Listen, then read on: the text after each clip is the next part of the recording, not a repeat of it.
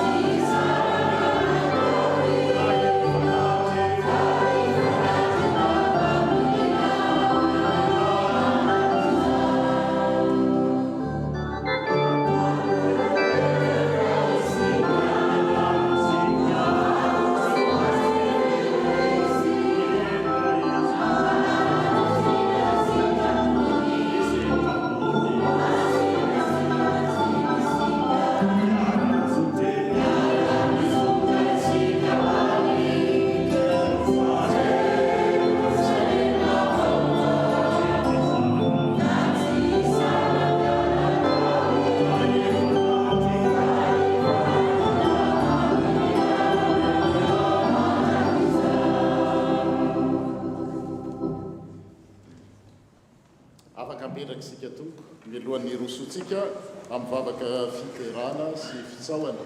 hoandre zay voatonga mbola misy toerana malalaka ato aloha na ato amin'ny akavia tokoa ato koa mbola misy maro dia maro ary ny tompo nitaonantsika hoe petraha toerana ety amin'ny voalohany zao ary dia tonga amin'ny fotoana anaovana vavaka fiderana fitsaoana ary fisaorana isika.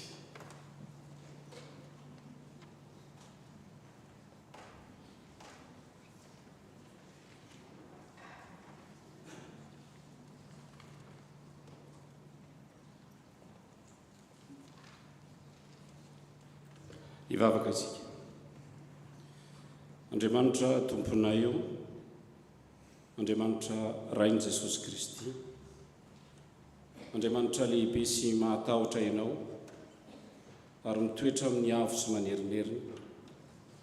Andriamanitra be fitiavana ianao ka mampisitraka anay ny fahasoavana sy ny fitiavanao.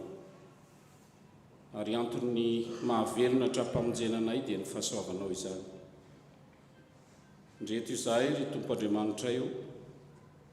manatanteraka izao fanompom-pivavahana iraisam-pinoana izao sady mahatsiaro indrindra ny maha-iray ny fiangonanao noho ny finoana anao Jesosy Kristy. Midera sy misaotra ary manandram-piderana anao izahay fa amin'ny fotoana toy izao tokoa no atsapanay fa iray ny finoana, iray ny batisa, iray ny fanahy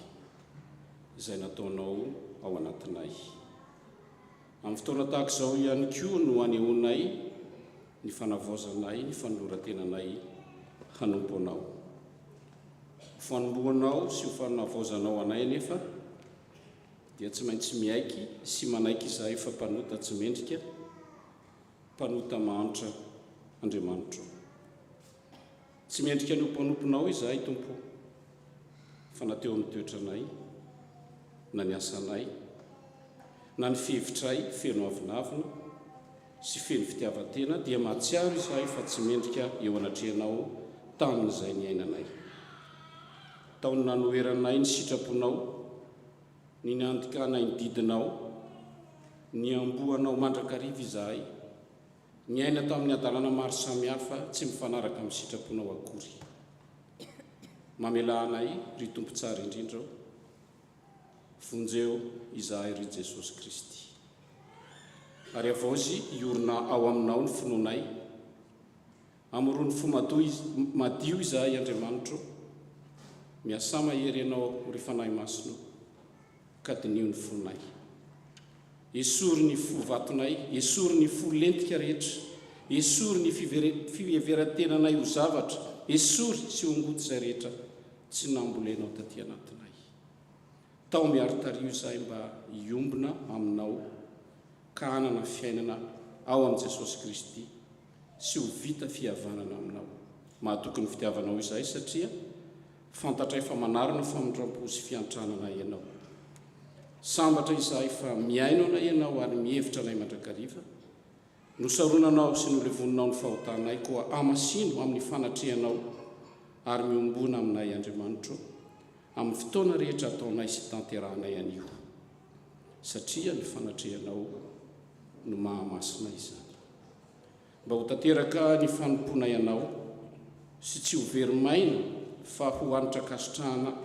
kasitrahanao any izao ataonay rehetra izao. Dia amin'ny anaran'i Jesosy Kristy manan-kerevany Nazareta no hanononanay, anaovanay, hametrahanay, hanakinanay ny vavakay. Amen.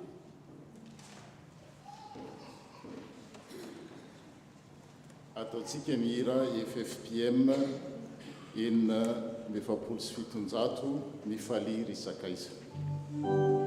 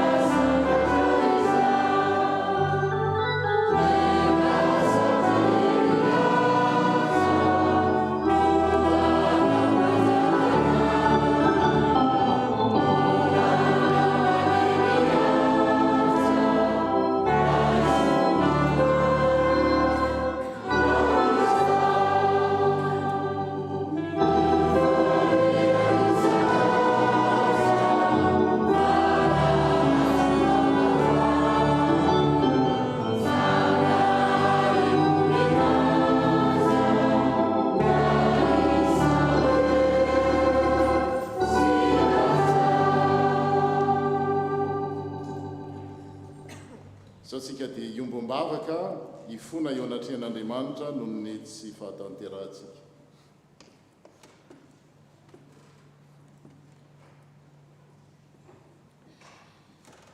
Koa dia manasa antsika ireo hiaraka ifona amin'Andriamanitra, hibebaka amin'Andriamanitra amin'ny alalan'ny salamo 50. Andriamanitra, mamindrafo aminay araka ny fiantranao, vonoa ny adisonay araka ny haben'ny famindraponao. Sasao tanteraka ny elokay ary diovy izahay amin'ny fahotanay. Andriamanitra, taminao rery ihany ny nanotanay, nanao izay ratsy teo masonao zahay. Ary izahay dia mpanota teraka tao anatin'ny ota. Andriamanitra, diovy izahay dia adio, sasao ny fahotanay. Ampandreneso fifaliana amampiraviravony izahay, dia hifaly. Afeno ny tavanao ny fahotanay, ary vonoy avokoa ny elokay rehetra. Andriamanitra, amrony fanahy vaovao zahay. Amrony fo madio zahay ary fanahy vaovao ato anatinay. Azariana lavitra ny tavanao zahay, azo esorina aminay ny fanahinao masina. Amin'izay fotoana izay ry Andriamanitra rainay dia ho faly indray zahay. Ny hafaliany voavela eloka. Hafaliany izany no angatahanay aminao amin'izao fifonana sy fibebahana ataonao izao, mba hahita hafaliany indray zahay tsirairay avy, ahatsiaro fa tianao, maminao na dia mpanota tsy mendrika anao azy. Izany vavaka izany rainay dia angatahany amin'ny anaran'i Jesosy Kristy, zanako Tomponay, izay velona sy manjaka mandrakizay, mandrakizay. Amen.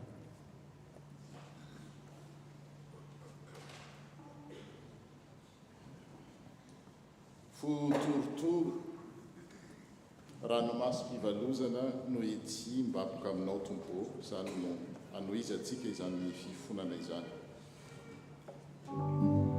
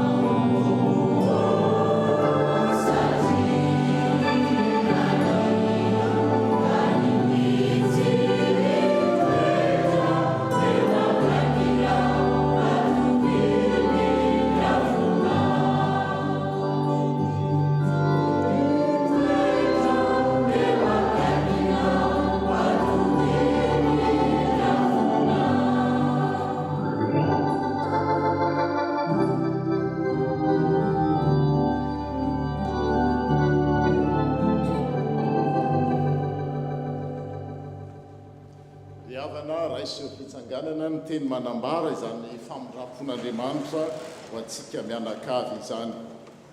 Izao tokoa no lazain'ilay tompo Andriamanitsika tamin'ny taona fankasitrahana ho izy no nianoko anao, ary tamin'ny andro famonjena no namonjeko anao. Mety manadino ny zanany nono va ny vehivavy ka tsy hamindra fo amin'ny zanaka nalokiny kibony? Eny mety manadino ihany ny vehivavy, fa izao kosa hoe ny tompo tsy mba manadino anao. Amin'ny anarana Andriamanitra raisy zanaka ary fanahy masina no anambarana ho an'izay rehetra ny bebaka, ny fona, ny valo,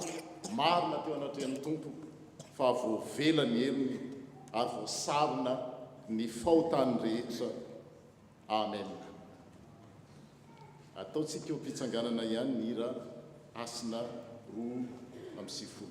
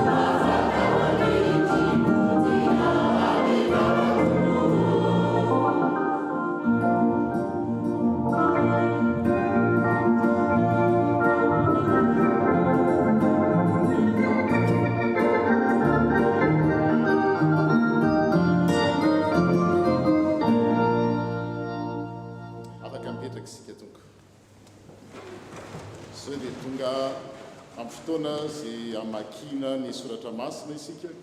ary mialohan'izany dia angataka ny fitarian'ny fanahy masina mba hahatonga izany teny hovakiana izany tena avy amin'Andriamanitra tokoa.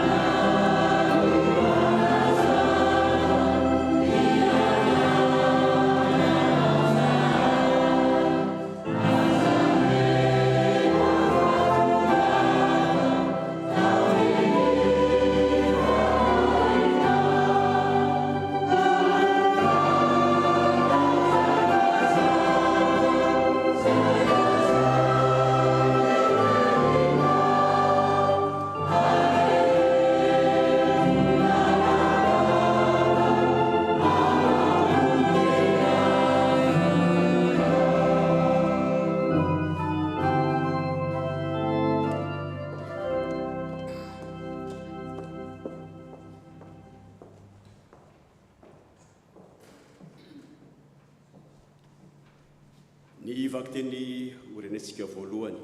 afatra avy amin'ny tompo nalaina tao amin'ny bokyny izay faniako aminany toko faharoa andininy fahatelo toizana amin'ny toko fahatelo andininy faharoa ambin'ny folo ka hatramin'ny fahatelo ambin'ny folo ka ovatiantsika amin'ny anarany. Mitadiavan'ny tompo ianareo rehetra ry mpanetry tena teo amin'ny tany sady mpanatanteraka ny fitsipiny. Manaova ny marina, manetre tena eo anatrehan'ny tompo. Angamba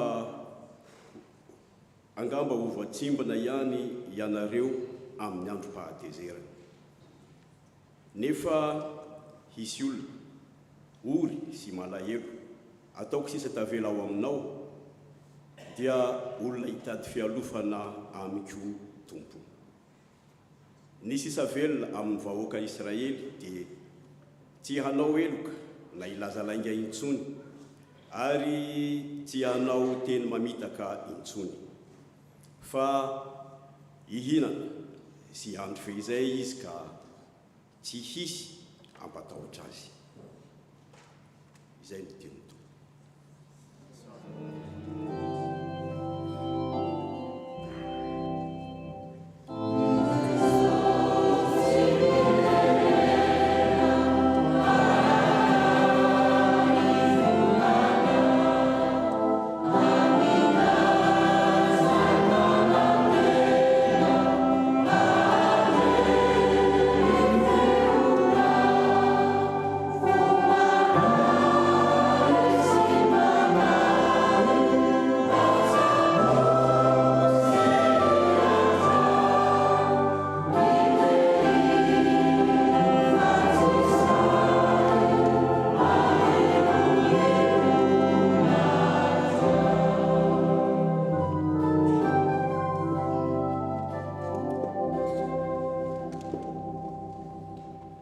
Mbola hotizatsika amin'ny famakiana ny soratra masina,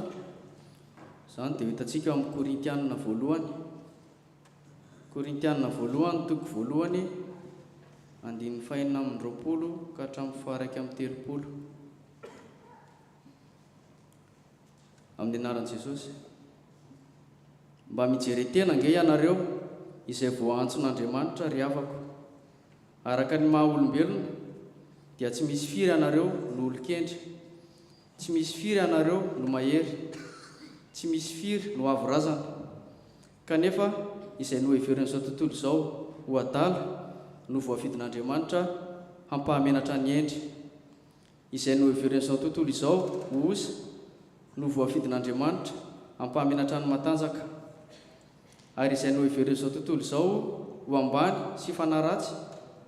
dia izay ataony tsy ho zavatra no voafidin'Andriamanitra hahatsinotsinona izay ataon'izao tontolo izao ho zavatra, mba tsy hisy mihitsy olombelona mahazo ny mihirehare eo anatrehan'Andriamanitra. Fa nataon'Andriamanitra tafaray amin'ny Kristy ianareo, ka dia i Kristy no fahendrena avy aminy ho antsika. I Kristy no andraisantsika ny famairina an'Andriamanitra ary anafahan'Andriamanitra antsika amin'ny fahontana. Noho izany, araka ny voalazan'ny soratra masina izay mirehare, dia nataon'ny tompo no aoka irehare any. Amen.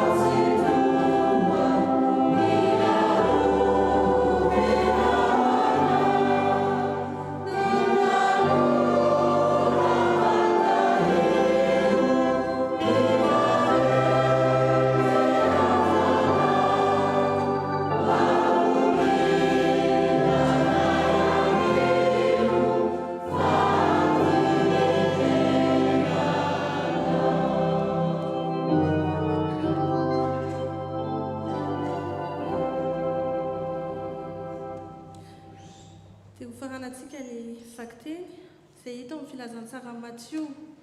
Matteo toko voalohany toko fahadimy ny andinin'ny voalohany ka hatramin'ny faharoa-mbin'ny-folo amin'ny anaran'i Jesosy. Ary Jesosy no nahita ny vahoaka ka niakatra teo an-tendrombohitra, ary rehefa tafapetraka izy dia nanatona azy ny mpianany, dia nilobavy izy ka nampianatra azy hoe sambatra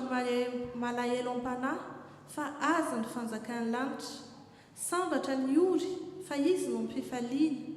sambatra ny malemy fanahy fa izy no andovan'ny tany, sambatra ny nona sy mangetaeta ny fahamarinana fa izy no ofokisana, sambatra ny miantra fa izy no iantrana, sambatra ny madio am-po fa izy no ahita an'Andriamanitra, sambatra ny mpampiavana fa izy no atao hoe zanak'Andriamanitra, sambatra izay injehina noho ny fahamarinana fa aza ny fanjakan'ny lanitra, sambatra ianareo raha ratsian'ny olona sy injehina ary asiany izay teny ratsy rehetra itenenany lainga ianareo noho ny amiko. Mifalia sy miravoravo ianareo fa lehibe ny valim-potsihy ianareo any an-danitra, fa toy izany ihany no nanenjehan'ny mpaminany izay talohanareo. Amen.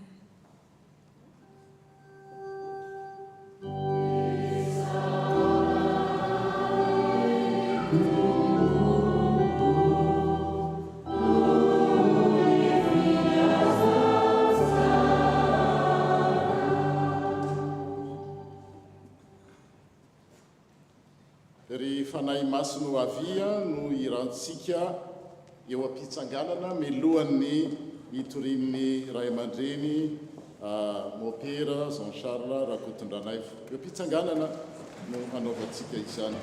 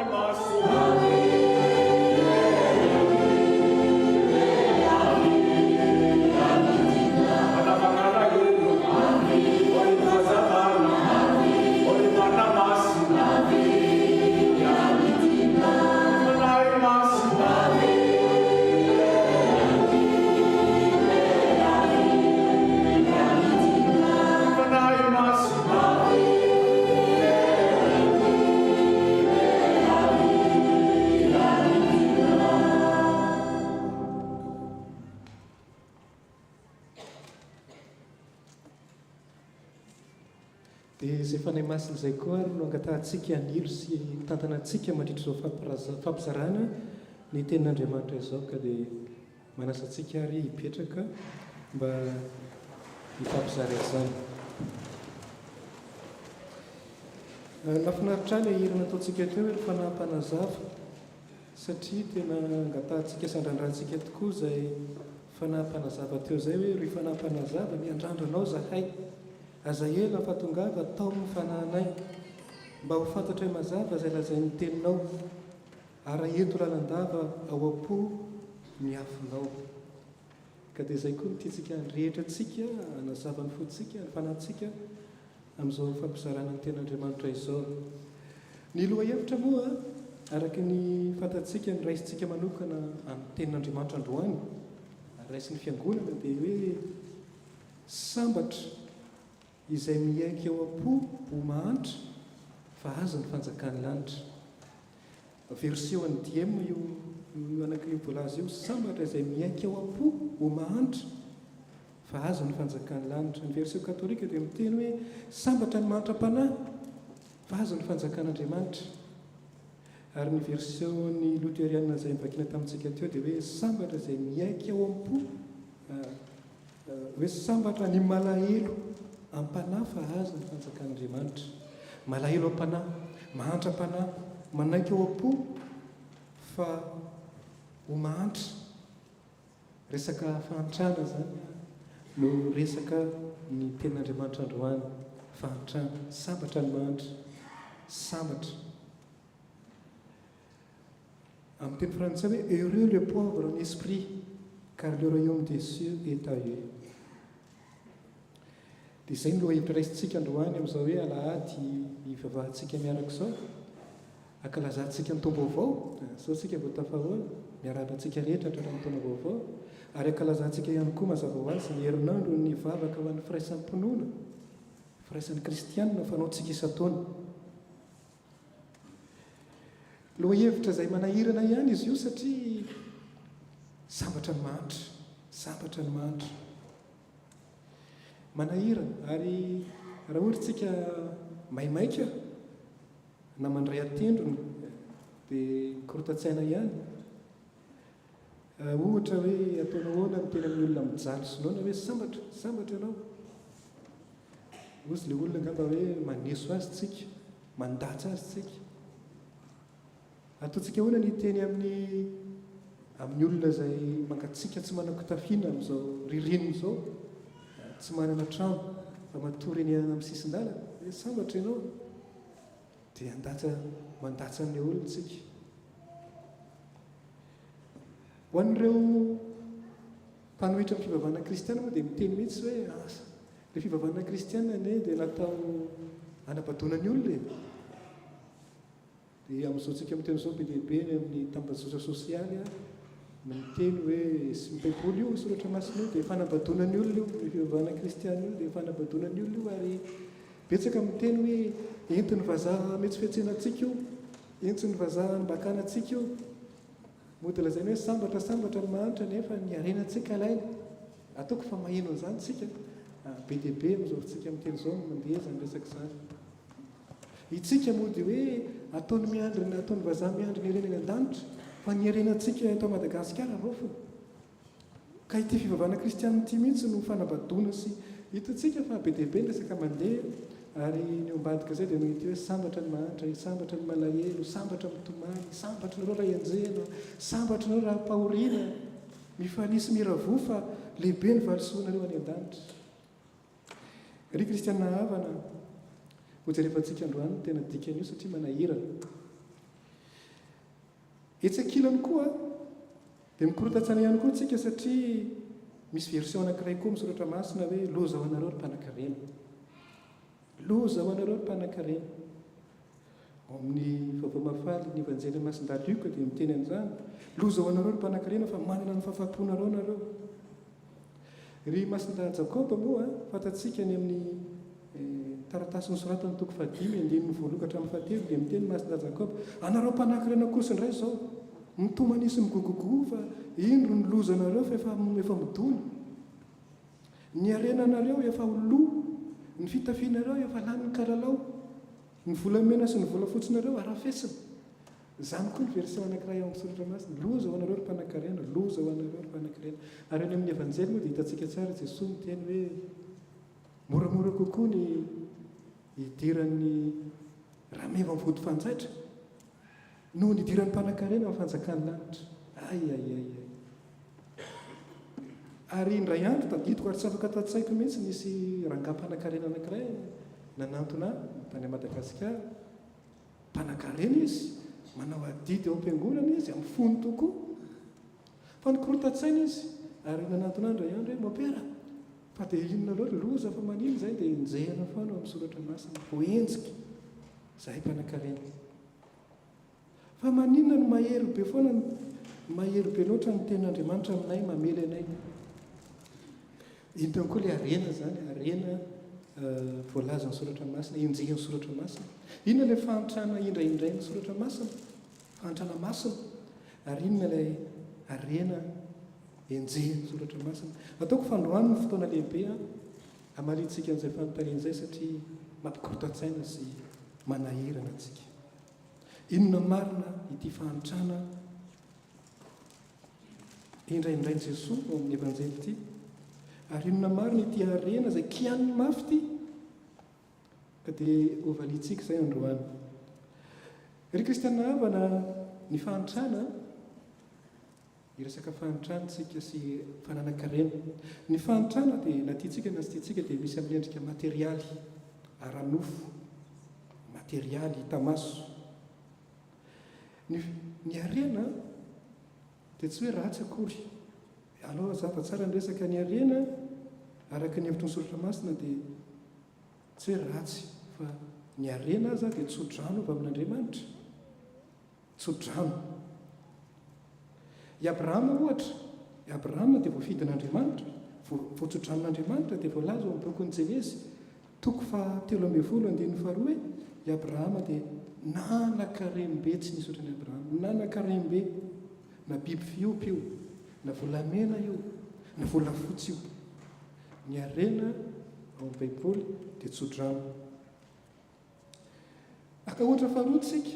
ny mpanjaka Salomona, fantatsika tsara ny tantaran'ny mpanjaka Salomona. Nangataka ohatsy Andriamanitra hoe safidio ina ny tianao angatana amiko, omeko anao daholo. Dia ny mpanjaka Salomona tsy mba nangataka hoe ataovy manan-karembe ahy, na hoe ataovy manam-pahaizana be ahy, na eny tsy nangataka hoe ataovy manam-boninahitra be ahy, fa ny mpanjaka Salomona dia nangataka hoe ameo saina matsilo aho entiko mitsara ny vahoakako. Zany hoe mangataka omeo fahendrena aizako mitondra nyreto vahoaka reto araky ny hitsiny sy ny rary. Dia ozy Andriamanitra hoe no ianao nangataka izany fa tsy nangataka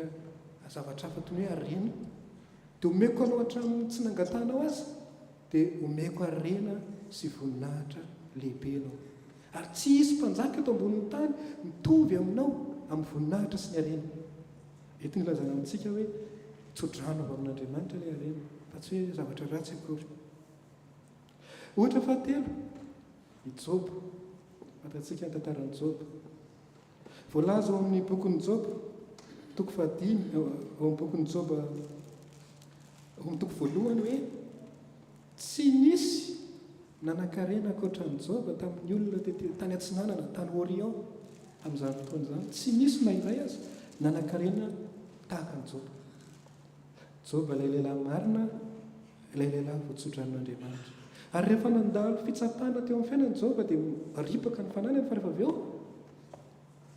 naverin'Andriamanitra taminy avokoa, ary nataon'Andriamanitra avroeny no izay nananany ny fananana ny arenan'i Job.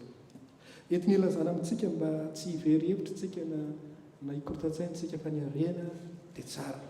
Ny arena dia fanomezana avy amin'Andriamanitra. Ny arena mazava ho azy moa raha azo avy amin'ny tsara, tsika indray tsy hiteny avy amin'ny ratsy izay ny zavatra hafa, raha azo avy amin'ny tsara, ny rariny sy ny hitsiny dia hitsodrano avy amin'Andriamanitra. Ka tsy ny arena no kian'ny soratra masina, tsy ny arena no kian'i Jesosy ao amin'ny soratra masina, fa ny kian'ny soratra masina dia ny fihetsikitsika tsirairay avy manoloana ny arena. Ny fihetsika tsirairay avy manakory eo anatrehan'ny arena. Izay no kian'ny soratra masina. Tsy ny arena ny maharena azy ny ratsy, fa ahoana no fihetsikitsika manoloana azy. Irénée zay, Irénée avy any Lyon dia niteny hoe ny voninahitr'Andriamanitra ozy izy dia ny olombelona velona.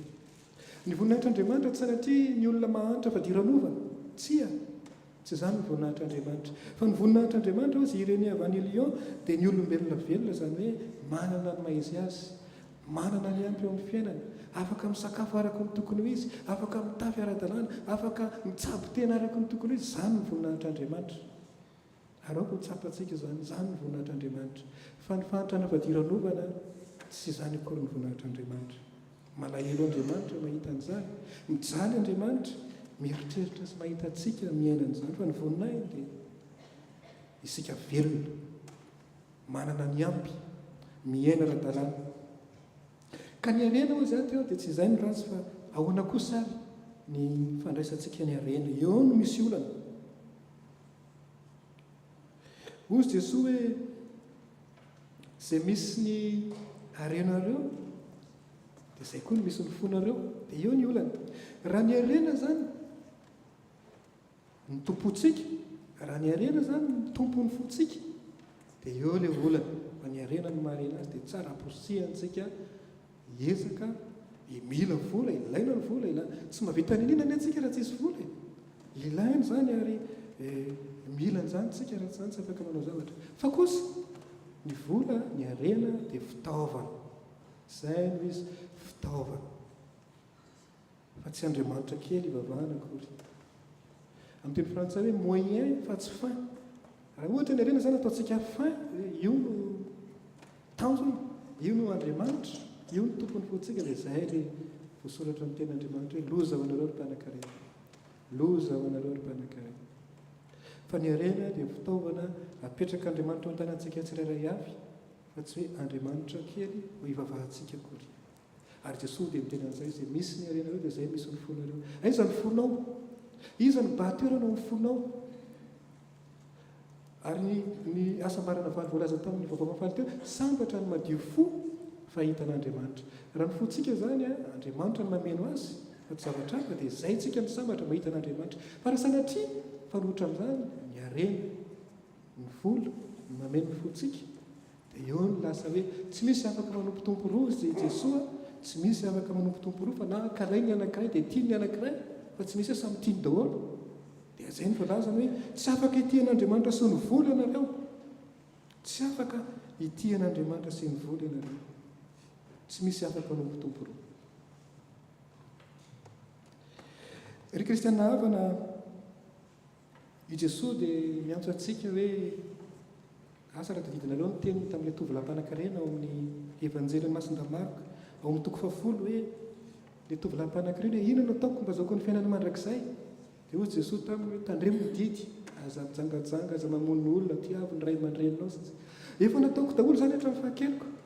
dia hoy jesosy hoe ay zavatra anankiray ary mitsampy aminao dia zao hoe amin'ny dio daholo ny fanananao rehetra omeno mahantra dia avy anaraka zay ny antsony jesosy atsika ary androany hoe amin'ny dio ny fanananao rehetra omeno mahantra dia andao dia mendrika eo ampianatra jesosy tsika tsy raisy narabaky teny koa zay teny zay ina ny dikany hoe amidy ary ny fananantsika rehetra dia omentsika ny mahantra ina ny tiana lazaina ny tiana lazaina hoe iantso atsika jesosy mba tsy hifikotra amin'ny arena tsy ho voafatotra tenareo hoe voafatotra mifikotra sempotra amin'izay hoe zavatra materialy zay sy ny arena sy ny vola aman-karena zay fa nytiany jesosy lazaina hoe alalaka tanteraka tsika ao anatin'ny vola aman-karena libre fa tsy hoe io no mibaiko atsika fa malalaka libre zay no hoe mahantra ny olona mahantra dia ny olona malalaka tsy voafatopatotra ny arena sy ny vola tsy sepotra zany hoe vola sy ny arena zany ary ny ohatra ho atsika dia jesosy zanak'andriamanitra izy no ohatra ho atsika dia ny onareo dia zanak'andriamanitra izy tompon'ny arena rehetra izy na mahazanak'andriamanitra azy azo daholo zao tontolo zao nefa rehefa tonga dia olombelona tahaka atsika izy tsika voanankalaza ny noely mbola hitaketo ny azo noely rehefa tonga olombelona tahaka atsika izy dia zareo misafidy fianakaviana tsotra maria izay tovavy tatsaha tsotra tsy zazavavy efa any andapa akory ny nalainy tao andapa fa tovavy tsotra josefa ny fitafidino ray mpitaiza azy mpandrafitra eny amin'izao androntsika izao manana ny maizy azy ny mpandrafitra manana ny maizy azy fa tamin'izany andro zany tamin'ny andron' jesosy ny mpandrafitra dia olotsotra madinika dia nisafidy iny an'izany izy zay ny safidiny rehefa hoteraka tety ambonin'ny tany izy rahantsika malaly dia tany an-tranomby tsy hoe kisendrasendra hoe kisendrasendra dia teraka tany an-tranomby tsia zay ny lalana ny safidiny ary zay ny programma ampianatra atsika zany rehefa feno taona izy hitoroteny lehibe feno telopolo taona dia fantatsika tsara hoe ozy izy hoe ny ambodi manandavaka ny voromanidina manana akany mipetrahany fa ny zanak'olona tsy manana na dia vato ampandreny lohany azy zany ny fiainana ny safidiny tsy manana ninina na dia vato azy ampandreny lohany atao ondana tsisy ary ny hafarany fantatsika mihitsy hoe maty tsy nisy ninino teo amin'ny azo fijaliana teraka tsisy ninino tao an-tranomby ny fofonay miomby sy ny ondro ny nanafana azy tao hoe i marina tsanapo hoe hoteraka izy satria tsy nalala mbola ohatra ny ankizy vavy mbola vo sambasamba hiteraka tsy mahalala ny andro aterahana tsy nahomana ninino tsy misy nalampa aza raha ny tena marina fa dia mifofonay ny omby nanafana azy tao ary maty tsisy nirina teo amin'ny azy fijaliana ny andahana daholo ny akanjony izany ilay mpanjintsika izay ilay Jesoa mpampianatra antsika ary nampianarina antsika amin'izany rehetra izany dia ilay hoe fiandahana amin'ny vola makarena tsy hoe ratsy ny vola makarena fa mila malalaka tsika mila miendaka amin'izany tsika mila tsy mifikitra amin'izany tsika ary mila tsy gejaina izany sy fatoran'izany tsika dia izay no lazainy amintsika androany io sambatra ny manitra sambatra zay mafy ny materialy ny vola makarena tsy voafatry izany fa mitoa azy ireny no azo ny fanjakan'andro izany izy Jesoa ilay filohantsika sy rahantsika mpampianatratsika dia itsika ihany koa izany mila mahay malalaka libre tsy voafatopatotra eo anatrehan'izany vola aman-karena izany ka ny mahantra zany arak'izay voalaza izay raha ohatra manaraka nareo ny mahantra zany dia izay olona mahay mizara izay no atao mahantra mpanan-karena dia izay tsy mafoy satria mifikitra ary rehefa tsy mafoy ianao rehefa mifikitra ianao dia izay ianao natao mpanan-karena izay ndela izy fa ny mahantra dia ny olona malala tanana ny mahantra dia ny olona mizara mafoy fa raha ianao zany tsy mafoy ianao kahidy dia mpanan-karena satria mifikitra tsy foiko zaraina anarery izany ny mpanan-karena izay ilay arena voalazan'i Jesoa ary ny tena loza raha mpanan-karena ianao izany hoe mifikitra aoka zavatsara izany resaka ny mpanan-karena tsy hoe manam-bola be ohatr'izao na manam-bola ohatr'izao mivolanoany amin'ny banky hoe manana petra-bola ohatr'izao nanao tsy izay ny resaka eto fa hoe ny mpanan-karena izany dia ny olona mifikitra amin'ny vola aman-karena ka ny tena loza dia ity hoe raha mpanan-karena izany ianao raha mifikitra ianao dia akantsianao azy izay ny tena loza amin'ilay izy ny mangalatra izany dia mpanan-karena satria makantsiana azy ary ino no mahatonga anazy akantsiana azy noho ny fifikirana sy ny jamba sepitra voafatotra izany arena izany hitanareo amin'izany izay no mahenjana azy rehefa mpanan-karena ianao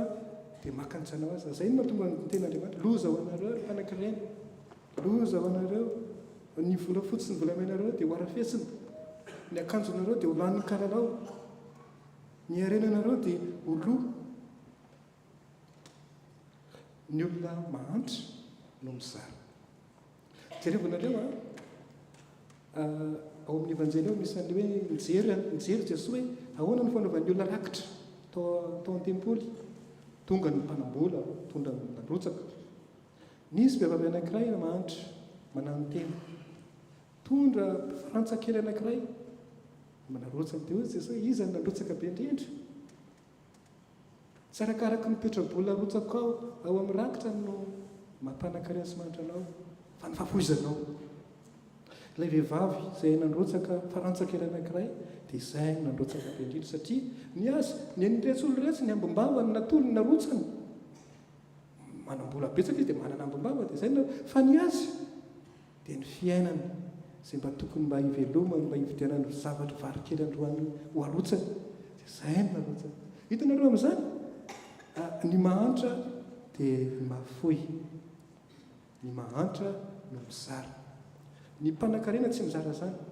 tsy mafoy zany fa makantsiana azy aza izy sambatra ny mahantra fa aza ny fanjakan'andro ry kristiana havana resaka ivelany zany resaka tsika treto izay dia mbola resaka ivelany arena ivelany dingana etape voalohany mbola tia eo ihany fa raha tiatsika ny tena takatra le hoe mahantra sy manan-karena dia mila miditra lalandalaka koa tsika dia tsy inona ilay voalaza hoe fahantranam-panahy fahantrana manaiky eo am-po mahantra ozy ny diema teo malahelo am-panahy teo dia vola aman-karena no azotsika hoe zaraitsika libretsika tsy voaketsan'izany fa eto ndray amin'ity dingana manaraka ity dia misy arena anankiray lehibe indrindra amintsika ny olon-dreta dia manan-karena daholo tsy misy manitra sy manan-karena izany fa manan-karena daholo ary ny tena arenantsika dia ny tenantsika le atao amin'ny frantsay hoe moi izay ny tena arenantsika moa izao samy manana an'izany daholo taoko sa misy tsy manana sika rehetra dia manana an'izay mpanan-karembe daholo sika tahaka zazalatovy-lampanankarena anatona Jesosy inanao tokony ataoko zaokony fiainana mandrakizay dia rehefa nilazan'i Jesosy hoe amidio ny fananana rehetra omeny mahantra dia inona ny zavatra nitranga niala tamin'ny lalahelo izy satria mpanan-karembe dia ohatr'izay koa tsika mpanan-karembe daholo satria ny tena renantsika dia zay moazay sy ny firongony mialatsiny fitenena tsy haiko izay nazavana azy tsy ny ataoko an'izay hoe ny moa sy ny firongony ny tenantsika sy ny firongony inona avy ny firongony miaraka amin'ny tenantsika eo dia ny ambopo izy moa tsy manana ambopo ny avinaviny izy ny tsy manana avinaviny ny fitiavantsika voninahitra sy lasa izy ny tsy mba maniry an'izany mikatsaka an'izany naturel voajanahary izany no tena renantsika zanak'olombelona ary mpanan-karembe daholo tsika amin'izay zavatra amin'izay lafiny zay androany koa Jesosy dia miantso antsika hoe amidio zany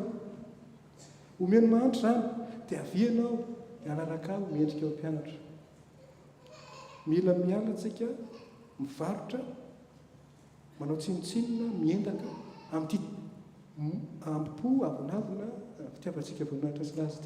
ity tenantsika ity mba hamendrika atsika ho zanak'Andriamanitra ary mba ho tanteraka amintsika ty ten'Andriamanitra hoe sambatra ny manaiky eo am-po mahantra sambatra ny mahantra-panahy sambatra ny malahelo am-panahy fa nito azy ireny nantovon'ny fanjakan'Andriamanitra ry kristiana avana zany zavatra zany tsy hoe noho ny adalantsika fa tarafitsika mandrakariva ao amin'i Jesosy ilay tampianatra antsika jerevonareo indray teo hoe resaka materialy hoe na dia mpanan-karena izy dia tonga nahantra tety ambony tany fa eto indray hoe na dia zanak'Andriamanitra aza izy zanak'Andriamanitra Andriamanitra dia nidiny tonga olombelona est-ce possible isika olombelona maniry hiakatra Andriamanitra naniry midina tenenareo amin'izany midina manetry tena mandresy ny avinavina raha ny avinavin'Andriamanitra jamais tsy tonga zanak'olombelona tsy tonga olombelona tahaka atsika raha be ambopo Andriamanitra jamais tsy tonga olombelona tahaka atsika raha miavinavina sy be ambopo Andriamanitra jamais tsy mamela heloka atsika impossible zany fa indrisy sady ataoko hoe indrisy no soa ihany indrisy fa mahantra izy dia tonga olombelona indrisy fa mampalahelo izy sambatra ny malahelo zay le version anankiray teo sambatra ny malahelo mampalahy indrisy fa mampalahelo izy dia tonga olombelona aoko tsika alahelo anazy indrisy fa nanao tsinontsina ny tenany izy nandresy ny tenany izy ny ambopony izy nivarotra ny fananany sy izy rehetra nanana izy dia nizarainy tamintsika nomeny antsika dia indrisy soa ihany koa indrisy sady soa ihany fa mahantra Andriamanitra dia mivondrentsika misy ny famonjena fa raha tsy mahantra Andriamanitra tsy isy impossible tsy isy ny famonjena dia izay koa ny antsoina antsika aoka zavantsika amin'ntsara manomboka androany le resaka hoe fahantrana azy ny olona mahantra dia ny olona manetry tena ny mpanan-karena dia izay be ambopo izay natao hoe mpanan-karena mpiavinavina izay natao hoe mpanan-karena miady voninahitra sy laza aza mikatsaka an'izany izany natao hoe mpanan-karena fa ny mahantra dia ny olona manetry tena mahantra kariva ry kristiana avana izay fanetretena an'Andriamanitra fahantrahan'Andriamanitra tena izy izay no antoko ny tena fifandraisana antoko ny mampisy ny fifandraisana tena izy amintsika zanak'olombelona aloha voalohany indrindra raha tsy mahantra tsika dia tsy afaky ny fankatia raha tsy mahantra tsika tsy afaky ny ara-iasa raha tsy mahantra tsika tsy afaky ny iombona mila mahantra samy mandresy ny ambopony ny tsirairay samy mandresy ny tena ny tsirairay mba ahafahana manasongadina ny hafa ary ahafahana miara-miasa mifankatia ohatra mpivady io raha mpivady no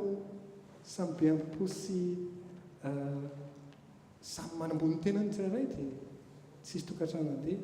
fa ny tena tokantrano tena izy ono ary tena mahafinaritra ono ataoko hoe ono satria zay moa tsy manana tokantrano tsy manana expérience mialatsiny fa ny tena izy ono dia le hoe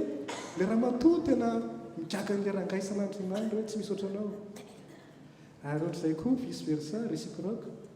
le rangahy dia tena jambanao itanareo amin'izay dia zany tena misy ny fifankatiavana fa raha samy manambony tena dia ozy ntsika malagasy na voalavo mandalo zao dia mampiady mivady ny raha ohatra samy mpanan-karena mivady misy voalavo mandalo dia ozy le raha-matoa iny misy totozy dia ozy le rangahy voalavo iny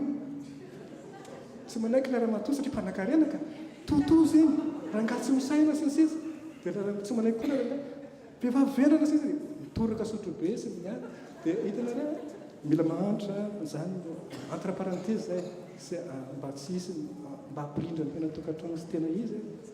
mifantrany eo ary mba mpanan-karena samy be ampotoa be avinavina tsy mety fa le fahantrana dia zay manetry tena eo ny mampisy ny tena izy amin'ny fifandraisantsika tsika zao dia hoe ohatra anankiray tena izy ary tsy piako manokana manao vavaka firaisam-pinoana tsika mahandry tsika manao an'izany inona no atao hoe firaisam-pinoana ny firaisam-pinoana dia fanovana toe-tsaina changement de mentalité io hoe izahay irery ny marina izahay irery ny marina non mpanan-karena ianao rehefa miteny hoe mihevitra hoe ianao irery ny marina ny marina dia mpanan-karena ianao fa ny olona mahantra dia ny olona manaiky hoe ny hafa ihany koa dia marina ny marina noho izany aza atao tsara ny miresaka aza atao tsara ny miara-miasa inona ny mampiombona antsika fa raha mpanan-karena azafady tsy hifampikasokasoka tsy iza ny ifandraindray amin'ireny iza ny ifampikasokasoka amin'ireny fa mila mahantra tsika mahantra dia mirindra mahafinaritra miara-miasa mifankaty ary afaka tahaka izao ataontsika zao miombo ny isan-taona tsy adino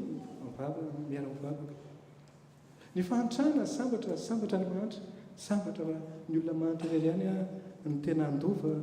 ny fanjakan'Andriamanitra ohatra afaka ihany koa ohatantsika ny mpanan-karena dia ny olona mora tezitra raha be anao mora tezitra dia mpanan-karena anao mpanan-karena ohatra misy olona miteny aminao ianao ty dia tena dondrona mihitsy dia ahoana no amponao manao testa tsirairay avy tsika samy matsapa ny tenany raha misy miteny anao an'izany hoe dia marary be amponao mpanan-karena anao raha misy marary be amponao mpanan-karena anao hoe za ve dia atao an'izany za moi hitana zany le areny moi ny ambopoko sy ny avinavina iza ve dia atao an'izany zany ve miteninao amiko mpanan-karena ianao fa raha ianao no mazaka an'izany tsy mampisorana an'izany ianao hoe mahantra ianao ary zany no tena olo sambatra nyty fihavanana zany ny olona ty fihavanana zany ny olona mitandro ny fihavanana zany ny olona mandevitra tsy noho ny adalantsika ozy fa ozy ahatra fa noho i Jesosy Kristy mpampianatra atsika zay ilay izy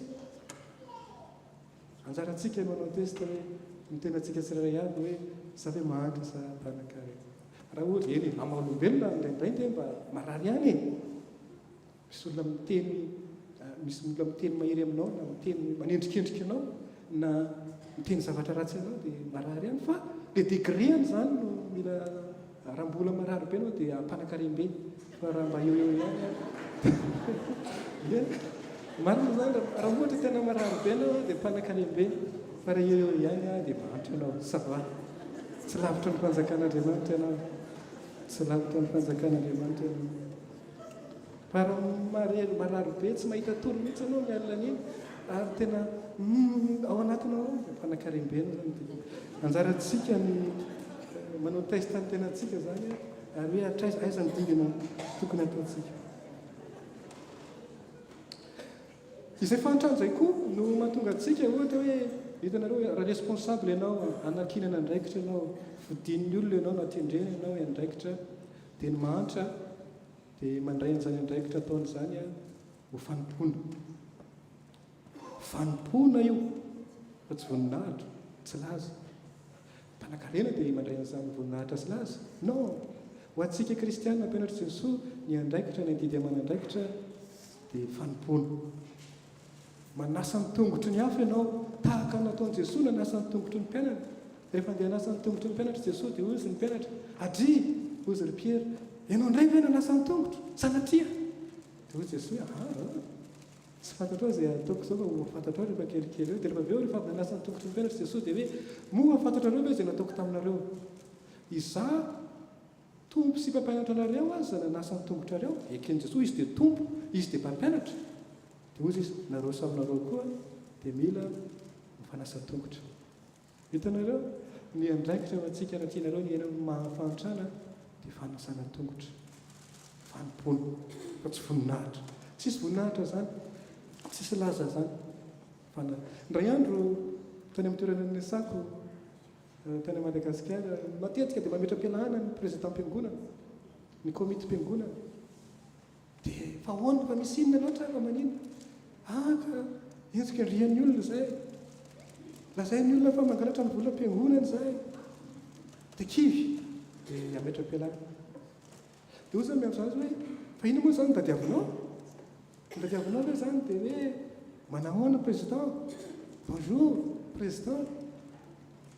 miala satroka président manatsa président non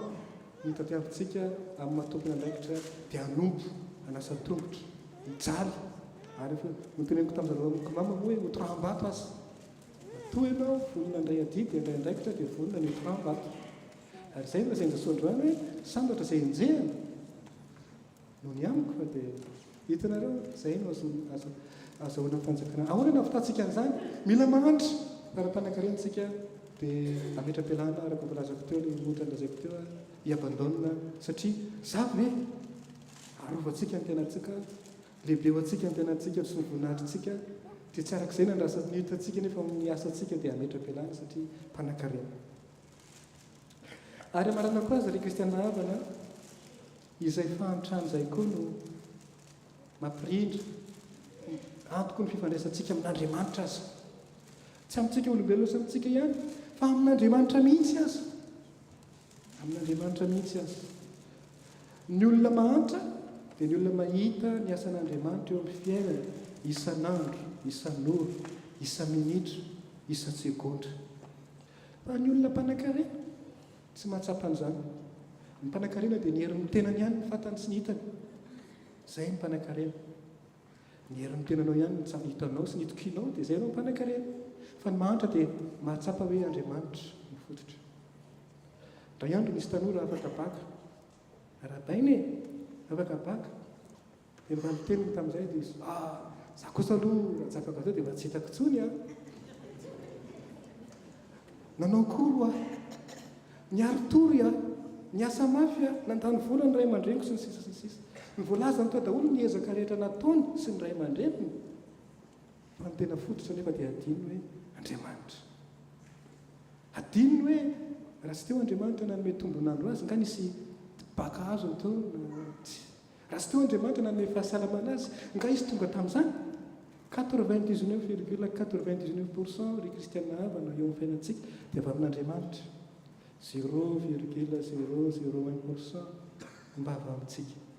ny mahantra dia mahita mahatsapa an'izay fa ny mpanankarena dia le 0,001% tena zava-dehibe aminy fa le 99,99% adiny zay le mahantra sy mpanankarena aoko tsika hantra ahita hoe felan'Andriamanitra ny fiainantsika fofonaitsika ray segondra dia isaorantsika azy ny olona mahantra lazako anareo mangatety izy dia misy rano tapaky ny vera dia misotro an'iny rano mangatsika iny dia mahazo aina mideran'Andriamanitra misotro an'Andriamanitra mahatsapa ny atsaran'Andriamanitra amin'ny alalana rano tapaky ny vera fa raha mpanankarena anao na lozinga dia mizinga tsy tsapana zany mila mahantra tsika ahita ny fahasavan'Andriamanitra mameno raha masin-Paoly ohatra dia mahantra satria Paoly dia miteny hoe ny fahasavan'Andriamanitra natao zao tsy noho izaho tsy noho ny herin'ny tenako ny fahasavan'Andriamanitra efako ny zavatra rehetra tsy noho ny herin'ny tenako rehetra fa miaraka amin'ilay mankahery azy zany ny mahantra ny olona mahantra rery ihany no mahatsapa fampanota ka mila ny famonjena sy ny famindram-pon'Andriamanitra raha mpanankarena anao tsy tsapanao zany fa rehefa mahantra anao dia tena mahatsapa hoe Andriamanitra tena tsinotsinona mpanota tsy mendrika fa mila anao izany le fahantrana sy ny harena ry kristiana havana rehefa voazavantsika zany a dia zay vao afaka fitinitsika mireto teny reto le izy dia voalohany dia loha hevitry ny fiangonana androany io hoe sambatra ny mantra-panahy fa azy reny ny fanjakan'Andriamanitra. Zay tsika vao afaka hiteny an'izany sambatra ny mantra-panahy fa azy reny ny fanjakan'Andriamanitra. Ary zay koa tsika vao afaka hiteny hoe sarotra ho an'ny mpanan-karena niditra amin'ny fanjakan'Andriamanitra. Moramora kokoa ny idirana raha meva mivoto fanjaitra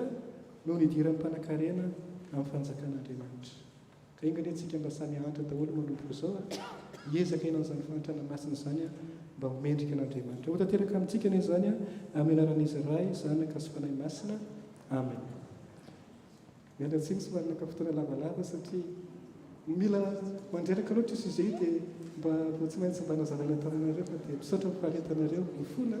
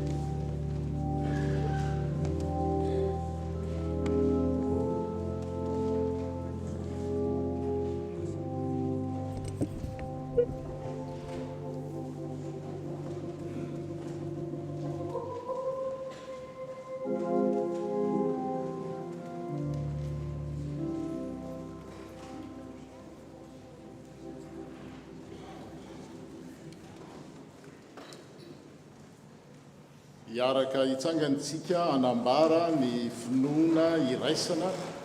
amahazanak'Andriamanitra atsika. Izao mino an'Andriamanitra tokana raha tsy toa na ary ny lanitra sy ny tany ary ny zavatra rehetra na ny hita na ny tsy hita. Izao mino an' Jesosy Kristy tompo tokana, zanakalahy tokan'Andriamanitra, teraky ny ray talohan'ny zavatra rehetra. Andriamanitra avy amin'Andriamanitra, fahazavana avy amin'ny fahazavana, Andriamanitra marina avy amin'Andriamanitra marina, nateraka fa tsy natao, iray fomba amin'ny ray, izy minahariana izao rehetra izao. Hidina avy any an-danitra ho antsika olombelona sy ho famonjena antsika, ary tonga nofo tao amin'ny Maria Virjiny no ny herin'ny fanahy masina, ka tonga olombelona nombolona tamin'ny hazo fijaliana ho antsika tamin'ny andron'ny Ponto Pilato, nijaly ary naleva, nitsangana velona tamin'ny andro fahatelo araka ny soratra masina, nipetraka tao any an-danitra, nipetraka eo ankavanan'ny ray, ary ho avy indray amin'ny voninahitra, nitsara ny velona sy ny maty, ka tsy hanapahataperana ny fanjakana. Izao mino ny fanahy masina, tombo sy mpamelona, avy amin'ny ray sy ny zanaka, nitsahona sy omem-boninahitra, miaraka amin'ny ray sy ny zanaka, ary niteny tamin'ny vava amin'ny mpaminany. Izao mino ny fiangonana iray, masina, manerana izao rehetra izao, araky ny fanorenan'ny apôstôly. Izao mananky ny batisa iray ho famelan-kely, ary miandra ny fitsangana amin'ny maty sy ny fiainana ho avy. Amen. Petraka isika. Izao dia tonga amin'ny fotoana izay anaovana ranombavaka isika. Ny filarany dia ny fiangonana rahavavy loterana no hanomboka izany toy izay ny FPMA ary faranan'ny CMAM amin'ny vavaka nampianarin'ny Tompo. Tompo eno zahay miantso anao.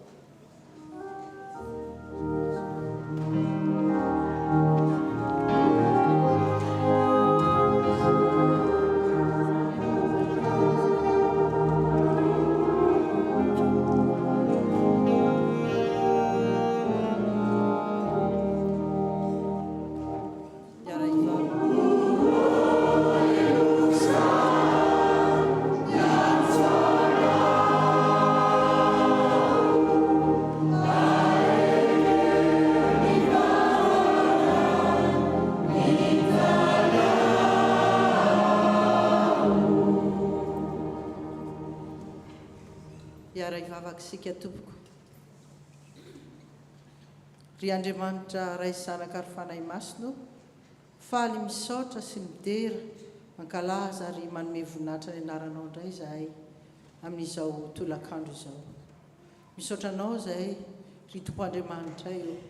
fa lehibe ny fitiavanao anay sy ny famindramponao, ka mbola navelanao ho tratra izao taomba vaovao 3 sy 2 izao izahay. Isaoranay anao ny tantananao sy ny vibinanao anay nandritra iny taona lasa iny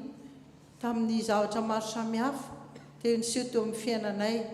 na ny mamy na ny mangidy na ny fifaliana na izay nanahirana dia teo anilanay mandrakariva ianao, dia isaoranay anao zany. Ankehitriny kosa nefa dia mbola nitoloranao izao taona vaovao izao izahay, nomenao tombonandro pahavelomana, tsy avy aminay izany fa fitiavana avy aminao, famindrampo avy aminao. Mbola misaotra anao izay ry Tompo Andriamanitra eo, mbola nomenao koa ny teninao tamin'ity andro andrano ity, nazavainao ny sainay fa manan-karena izahay raha ohatra ka manana anao, ary mahantra izahay raha lavitra anao, manan-karena izahay raha miaiky ary mietra mifahantrana, fa mahantra kosa izahay raha ohatra ka mifikitra amin'ny arena. Misaotra Tompo, ny angatahanay aminao dia nomezanao anay fo vaovao, fo feno fanetretena ary mitarihana ny fanahinao masina izahay ry Tompo Andriamanitra eo. mba hanananay zany fo mahay manetry teny zany, mba azanay manana anao tokoa mandritry ny taombo avao zay ho diavinay. Ary ny fitariany fanainao masina izany ry Tompoandriamanitra io no anory lalana anay koa, atonga anay hitoetra tsara amin'ny finoananao, atonga anay hitoetra tsara andeha araka ny sitraponao irery ihany, ary atsiaro mandrakariva fa mpanota tsy mendrika izahay. Ry Tompoandriamanitra io mombany mandrity taona vaovao ty, mba ho tanteraka aminay ny teninao hoe enao no ry Tompoandriamanitra io no mpiandranay ka tsy hanan-java-bahory izahay raha miara-dalana aminao. Dia mangataka izany vavaka izany zay amin'ny anaranao Jesosy Kristy Manan-Kerava Nazareta. Amen.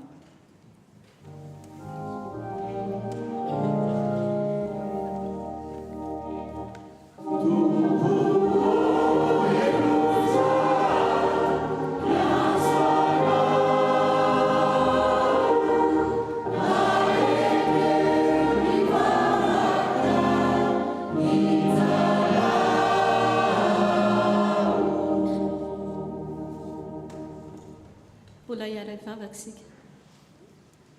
Saotranao izay ry Andriamanitra ray zanaka ary fanahy masina ny amin'izao fotoam-pivavahana iraisam-pinoana izao. Saotranao izay satria tsy ny anarana fiangonana no mitondra fa ianao Jesosy Kristy izay lohan'ny fiangonana no hivavahana eto. Ataovy manjaka hatrany Tompo zany firaisam-pinoana zany, satria izany tokoa ny didinao dia ny fahafantarana fa raha mifankaty izahay dia mpianatra ao tokoa, na dia eo ary ny anarana fiangonana samihafa dia nataonao iray izahay ao aminao. Tompo, mitoera aminay tsirairay avy, ary azo atao sankana ho an'ny tsirairay ny anaram-piangonana fa lalana fotsiny ireny ahafantarana manatona anao. Dia tsy izahay telo tota izao ihany Tompo no anao an'izao fotoam-pivavahana iraisam-pinoana izao, fa taio koa ireo kristianina maro eran-tany mba hivondrona amin'izany firaisam-pinoana izany, ary ianao Andriamanitra ray zanaka fanahy masina irery ihany no hoderaina sy tsaona amin'izany vavaka izany. Dia ny fotoana manaraka dia apetraka eo am-pelantananao, amin'ny anaranao Jesosy Kristy no angatanay izany vavaka izany. Amen.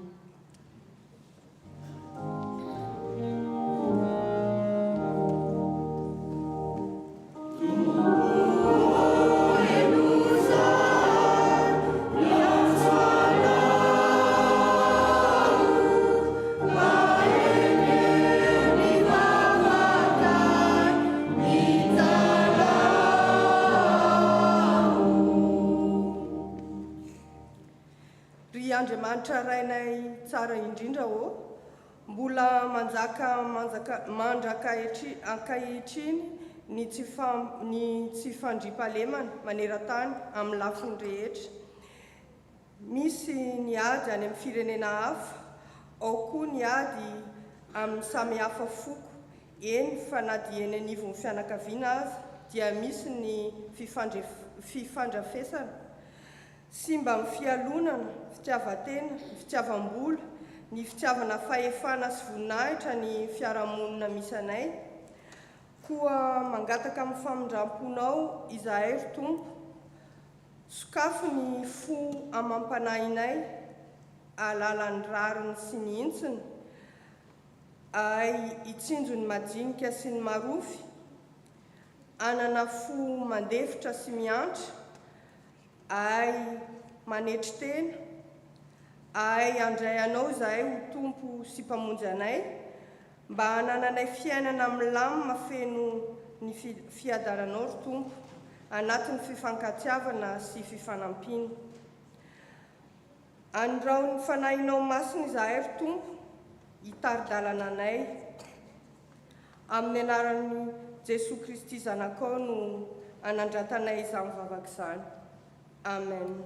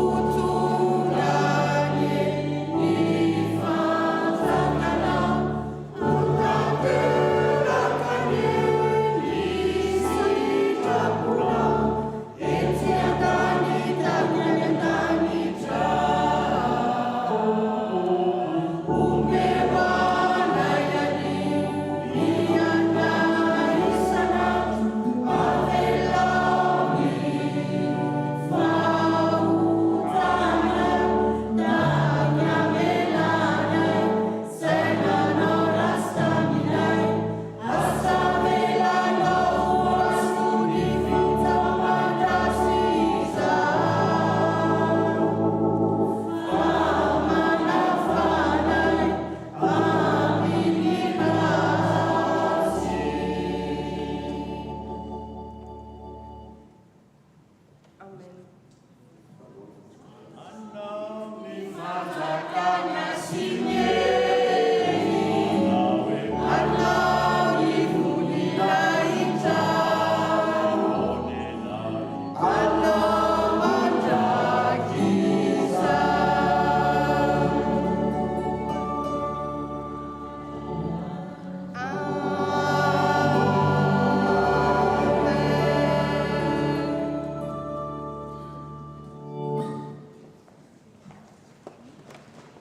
Afaka mipetraka isika toy.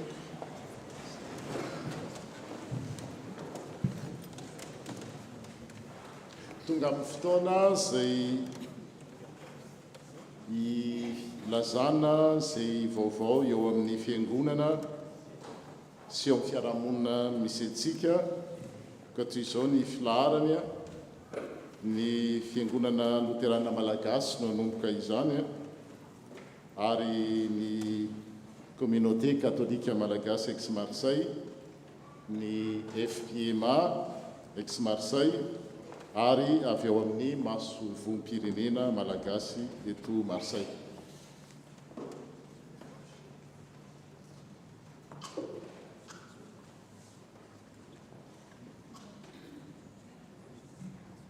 Faly miaraba antsika rehetra amin'ny anaran'i Jesosy ary manantitra ihany koa ny fiarabana ny fiangonana Telotota ny solotenam-panjakana ny isam-batan'olona ary ny isa-tokantrano nahatratra izao taona vaovao 2024 izao dia ho taonzina amin'ny lafiny rehetra tokoa ny ity taona vaovao ity ambanin'ny fahasoavan'Andriamanitra iray. Toy izao ny vaovaon'ny fiangonana FLM. Ny zaikakely ny sampana FBL eto amin'ny synodam-paritany FLM Europe dia ho tanterahana ny 12 sy 18 febroary 2024 eto Marseille. Ny teny faneva dia arak'izay voasoratra ao Matteo 10 ny 7 manao hoe amin'ny anaran'i Jesosy izay reniny sofinareo dia torio. Amin'io fotoana io koa no anatanterahana ny fanokafana ny taonjobilin'ny pastora Dr Aberstam Vady, filohan'ny synodam-paritany FLM Europe. Alefa amintsika tsy ho ela ny fandaharam-potoana rehetra kanefa deny izao dia manasa antsika isoratra anarana amin'ny sakafo ny asabotsy atoandro 18 février io sy ny sakafony jobily ny alahady atoandro mba ho fandaminana sy fikarakarana. Dia samy hitrotro ambavaka izany fotoana izany isika rehetra dia ny 18 sy 19 février izany. Manarak'izay amin'ny alahady 10 febroary amin'ny herinandroany zany dia amangy antsika eto Marseille ny pasteur Luther Patrick avy any Montpellier. Ny fotoana fivavahana dia ho tanterahana ao amin'ny FLM Marseille Chapelle Sainte-Claire manomboka amin'ny 10 sy sasany. Misy fandraisana fanasan'ny tompo amin'izany. Marina zany fa tsy misy fotoana fivavahana eny amin'ny FLM Mazarga ny tolakandro amin'ny alahady io. Filazana avy amin'ny FLM Mazarga. Antsoina ny komitin'ny fiangonana hivory ny zoma 3 febroary amin'ny 9 sy sasany ariva ao amin'ny 181 boulevard Chave. Ny lahadinika dia ny fandiniana sy fandaminana ny projet de budget 2023. Manarak'izay ny fotoam-pifoazana karakarain'ny FLM Mazarga ny alakamisy 2 febroary ao amin'ny temple de Provence boulevard Sakakiny dia manomboka amin'ny 7 sy sasany ariva. Ny mitarika dia Andriamatoa Radio Andriamasy, ny manontoroteny dia Ramatoa Ando Rakotonirina. Vaovao avy amin'ny FLM Marseille Sainte-Claire. Ny fotoam-pivavahana isaky ny alahady maraina dia manomboka amin'ny 10 sasany. Ny asa sy fampahirezana dia isaky ny zoma manomboka amin'ny 7 ora sy fahefany. Io mitsindrina kely amin'ny 7 ora sy fefany fa tsy amin'ny 7 ora intsony. Ary misy koa ny asa sy fampahirezana zany a ny alahady faharoa sy fahefatry ny volana. Manarak'izay a miantso ny komitin'ny fiangonana amin'ny fivoriana ara-potaona izay atao ny asabotsy 4 febroary amin'ny 2 ora tolakandro somary diso kely sabotsy 4 febroary fa amin'ny 9 hariva izay atao amin'ny chapelle Saint-Claire. Ary farany avy amin'ny sampana FBL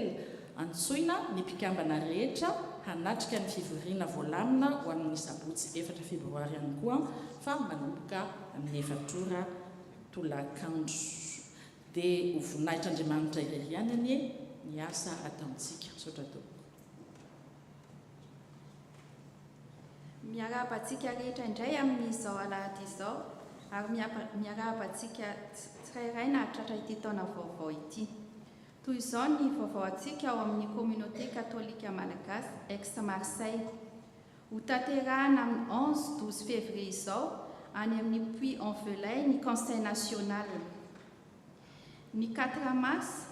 dia hanao levée de fonds opération lasopy tombotromby izay karakarain'ny tanorantsika. Araky ny efa fantatsika dia mikasa hanatrika ny journée mondiale de jeunesse à Lisbonne ny tanorantsika. 650 € par personne ny sarany. Maro ny hetsika fitadiavam-bola ataony izy ireo fa manentana antsika rehetra sahady mba hanao arak'izay tratra amin'ny fanohanana izy ireo. Efa nisy ny varotra divay izay efa nataony nandalo tamintsika tany ary ataoko efa samy nahazo daholo.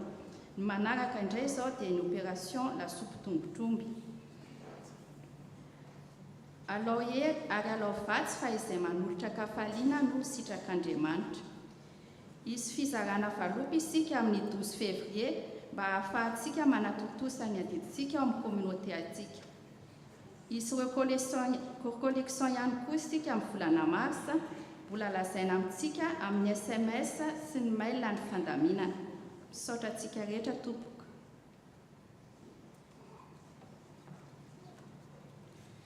Dia mbola faly miarabantsika ry havana mahalala ny teny ao amin'ny Jaona fahatelo toko voalohany andininy faharoa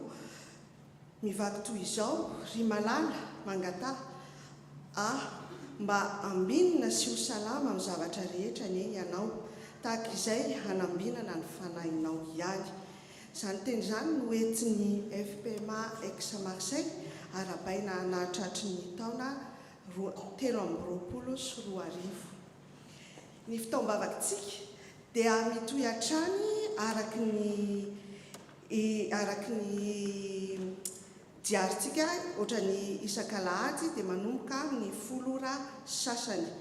Dia izany koa dia afaka arahantsika amin'ny alalan'ny tambazotra Facebook na Zoom ary YouTube. Dia toy izao zany ny fandaharam-potoanantsika manaraka. Raha amin'ny 27 ny volana febroary dia misy ny fivoriam-bean'ny mpandray izay hoandiniantsika ny toe-bolan'ny fiangonana tamin'ny taona lasa sy hanolorana ny vina amin'ny ty taona 2024. Ka manantena antsika hanatrika izany sy ho tonga marobe fa zava-dehibe amin'ny fianam-piangonantsika tokoa izany. Ny manadio fiangonana amin'ny asabotsy faefatra ny volana manaraka izao dia ny fifoazana. Ny asa fanatsarana amin'ny fiangonana kosa dia mitohy hatrany isaky ny asabotsy manomboka amin'ny 7 ora sasany ka hatramin'ny 4 ora sasany. Ny groupe A sy D no service amin'ny volana febroary iny. Dia ny fandaharam-potoanantsika amin'ny herinandro ity dia tohy hatrany ny larobia zany ny SAP amin'ny 7 ora ka hatramin'ny 7 ora, ny mpazapa Bibla ny zoma manomboka amin'ny 7 ora ka hatramin'ny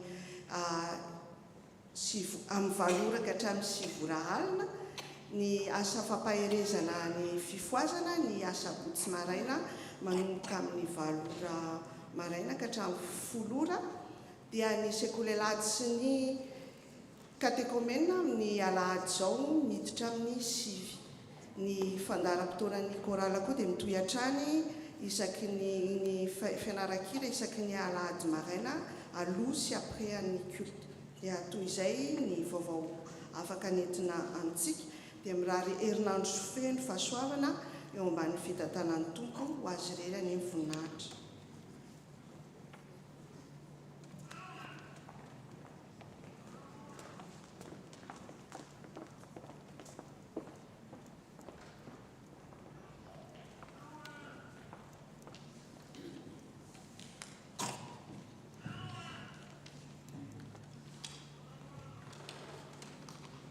Ianareo ray aman-dreny ampana ajaina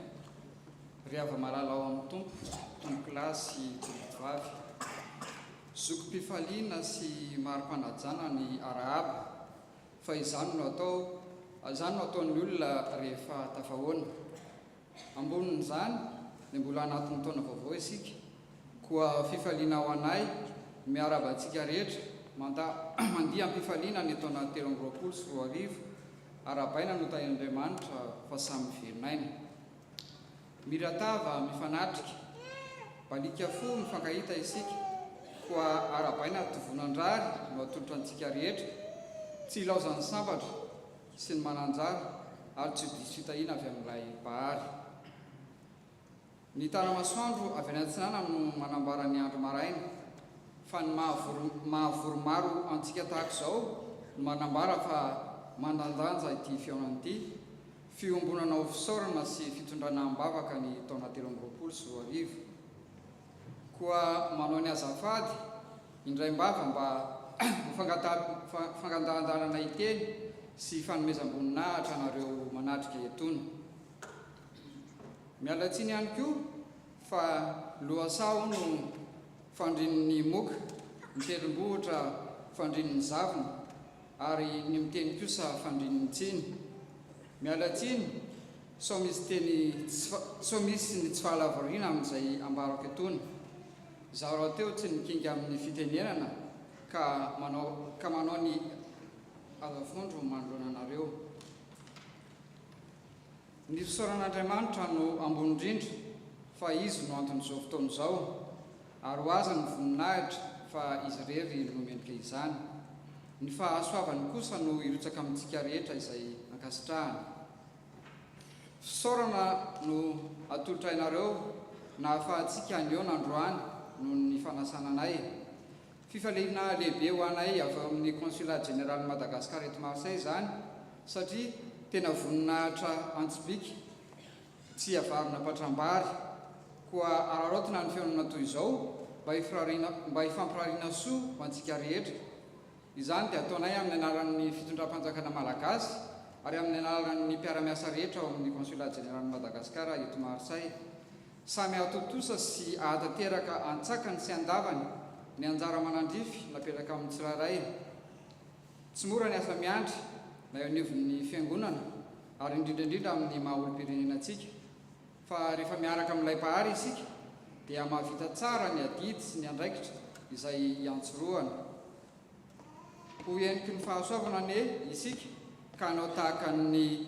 voaloboka lohataona arakaraky ny andratsana no vomaika mandrobona sy milonjy mamerina ny fisaorana antsika rehetra satria ny fisaorana toy ny tantely an-tanan'ny endry ka ny mpanolotra mendrikajy ny tolorana enikajy samy mitombo asina tompoko misaotranareo ny eny makasitraka tompokolahy makatelina tompoko vavy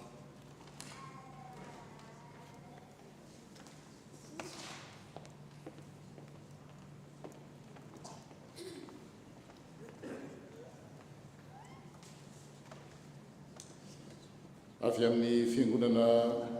protestanta malagasy ex Marseille dia misy filazana manjo voaray voanikeoa milazaina aoriana ny andinidininy rehetra nodimandry anio maraina i Ratsitoaina Louis ny Madagasikara izany teo amin'ny fa-valopolo taonany tsy iza izany fa rahalahin'ny Andriamatoky Ratsitoaina izay mpivavaka ataontsika dia holazaina anirina ny famangina sy ny fandalinana rehetra rehefa azo izany. Izao dia tonga amin'ny fotoana anisan'ny lehibe indrindra isika satria atsapana hoe manan-karena mahafoy izy ananantsika aty izay kay le izy ny motera manan-karentsika rehefa mahafoy mahantra ampanantsika toy le vehivavy rehefa mahafoy nefa manan-karena amin'Andriamanitra izay fa manan-karena eo amin'ny fiarahamonina kosa isika manana be dehibe nefa fihizitsika eo dia amin'ny ora sy taon'izao no tena ahitana mopera hoe tafita ny afatra. Ny hira anaovantsika izany dia ny FFPM 710 misy maro ao an-tsaha.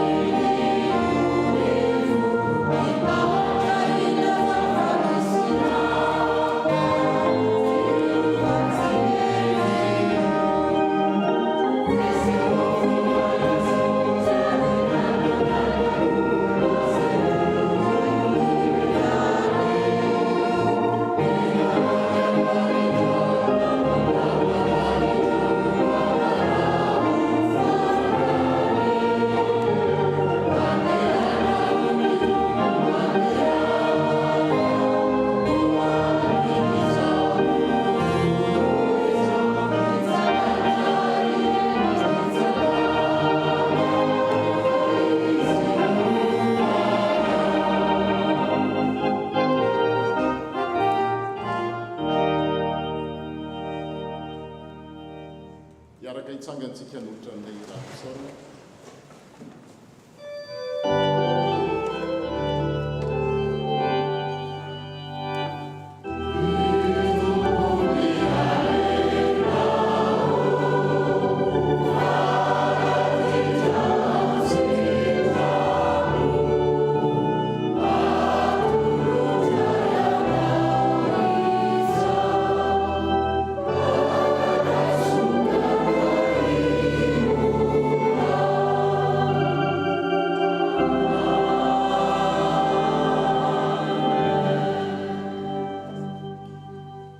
Petraka isika mianakavy amarana izao fotoana izao isika ny fitoam-bavaka no hifarana fa misy fifampizarana sakafo maivana tsy amin'ny kahavoky izany fa voninahitra hifanomezana. Milohan'izany nefa dia ny avy ao amin'ny fiangonana loterana malagasy dia hitondra ny teny fisaorana ho antsika mianakavy tonga nanotrina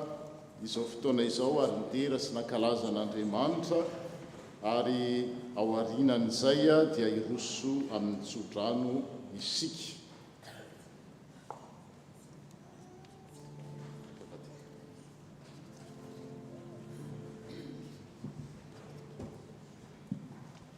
Misaotra n'Andriamanitra lehibe isika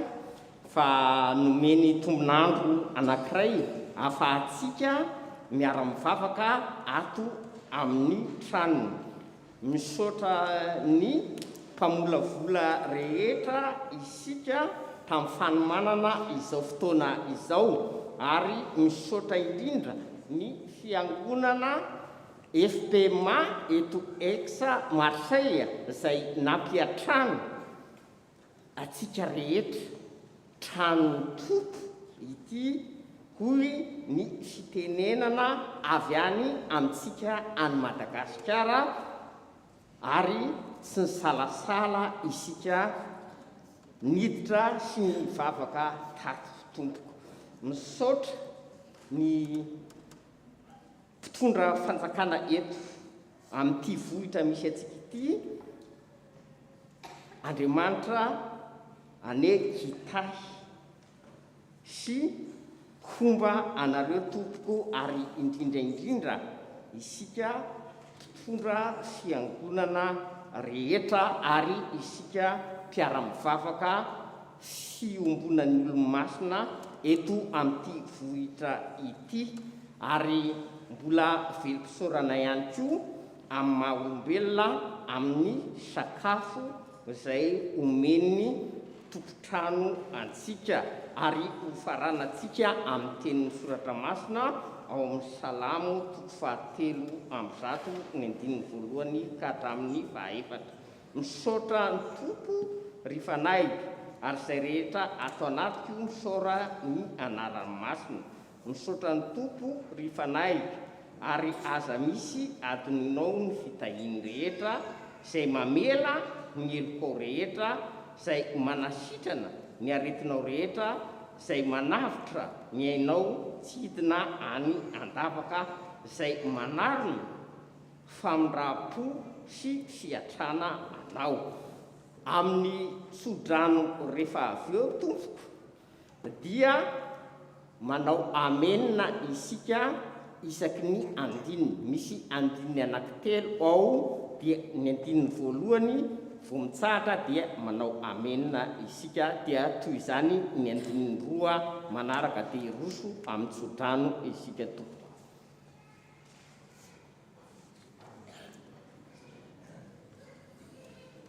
Miaraka hitsangana ary sika handray ny sodrano avy amin'ny tompo.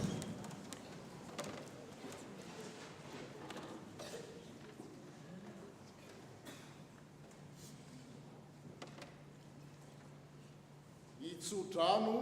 sy hitsimbina atsika neny ray loharano sy tompony ny aina rehetra. Amen.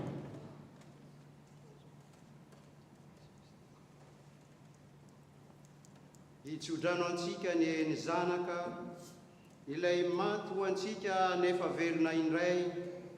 ka manam-pahefana anangana ny maty rehetra.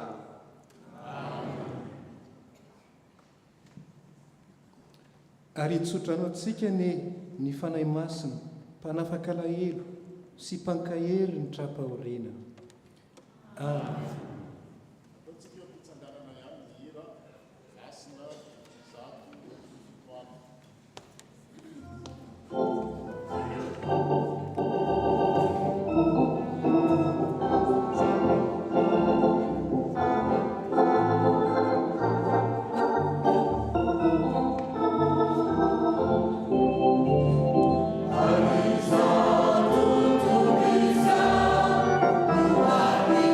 Now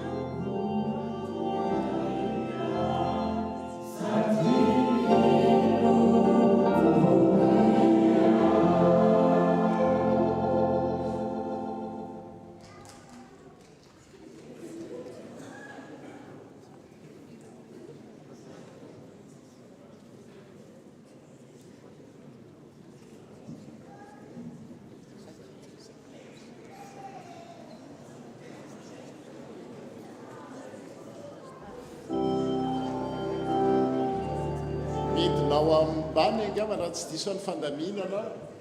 ny amin'ny collation tsika rehetra no asainana amin'izany ho an'ireo zay mbola tsy malala dia ato miaka viato tsika ny midinao ambany zany.